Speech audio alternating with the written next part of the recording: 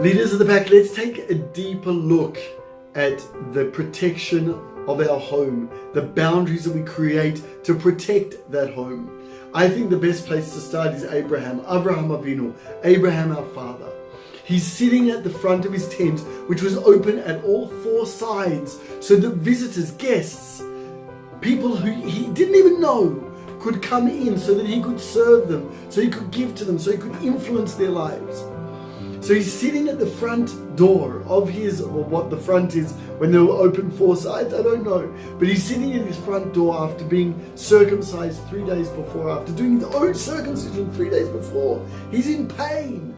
And he's talking to God, and then he sees three strangers who are angels. He thinks that they're men, and he runs to them. And he says, please come to my home. Please come in. Please let me feed you. Let me provide for you.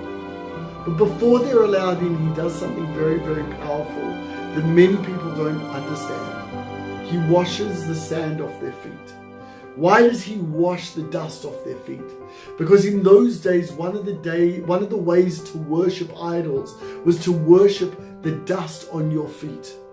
So Abraham's saying like this, I will serve you. I will give you food. I will give you cheese. I will give you meat. I will give you bread. I will give you everything.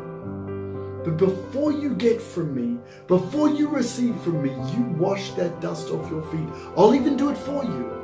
But the boundary before you come into my home is no idol worship.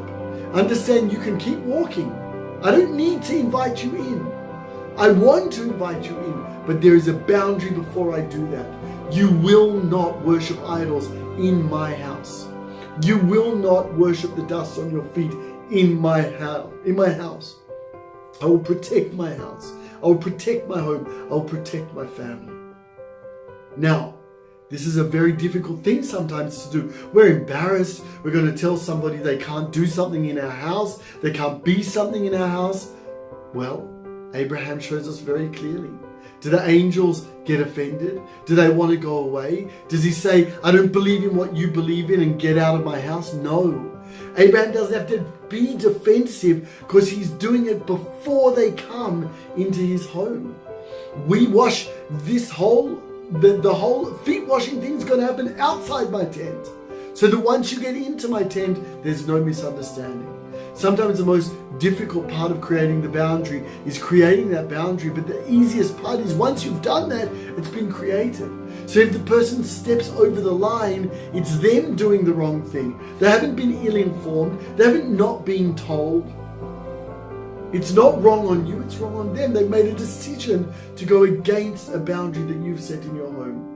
Now, we have no right as men to tell people what to believe, what to do, or what not to do. But we have every single right as men to tell them that if they're coming into our home, into our Garden of Eden, this is the way that we act.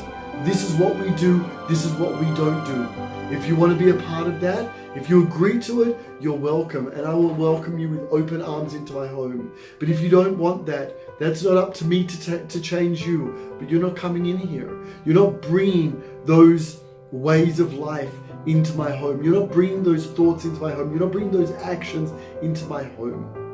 So I hope that inspires us just a little bit to be like Abraham, to have the guts, to have the self-esteem to say, this is a boundary. Before you enter my home, this is what you're going to do. These are the boundaries that are created.